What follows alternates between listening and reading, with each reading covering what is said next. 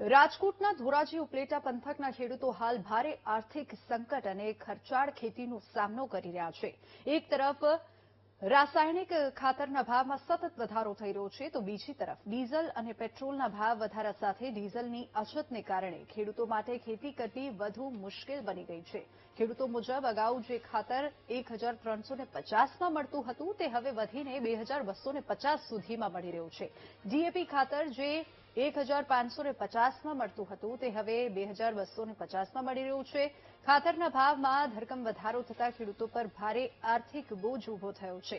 હવે વાત ડીઝલની રહી તો તેમાં પ્રતિ લીટર 3 રૂપિયાનો વધારો કરવામાં આવ્યો છે અને વધારો તો ઠીક, પરંતુ કેટલાક પેટ્રોલ પંપ પર ડીઝલ જ ન મળતા હાર્વેસ્ટર અને ટ્રેક્ટર ખેતરોમાં બંધ હાલતમાં પડ્યા છે।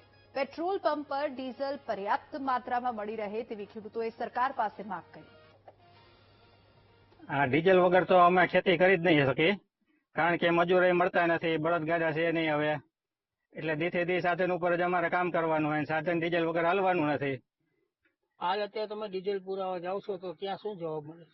ડીઝલ પૂરું આપતા નથી અમને। પેટ્રોલ પંપ અમુકમાં ખાલી હોય અને નો ડીઝલ નો પેટ્રોલના બોર્ડ મારેલા હોય, અને જ્યાં છે અહીંયા અમને 10 જોતો હોય તો 5 લીટર આપે, 200 જોતો હોય તો 100 લીટર આપે છે, એટલે પૂરતું ડીઝલ આપતા નથી।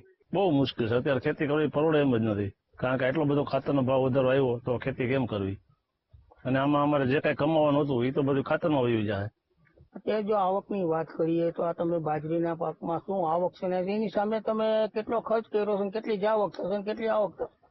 ખર્ચમાં તો એવું છે સાહેબ, જો અત્યારે અમે 4 થી 5 હજાર રૂપિયાનો વીઘે ખર્ચો કર્યો છે, અને વેચવા જાવ તો અમે 400 થી 450 રૂપિયાનો ભાવ દે, આમાં અમને શું વધે?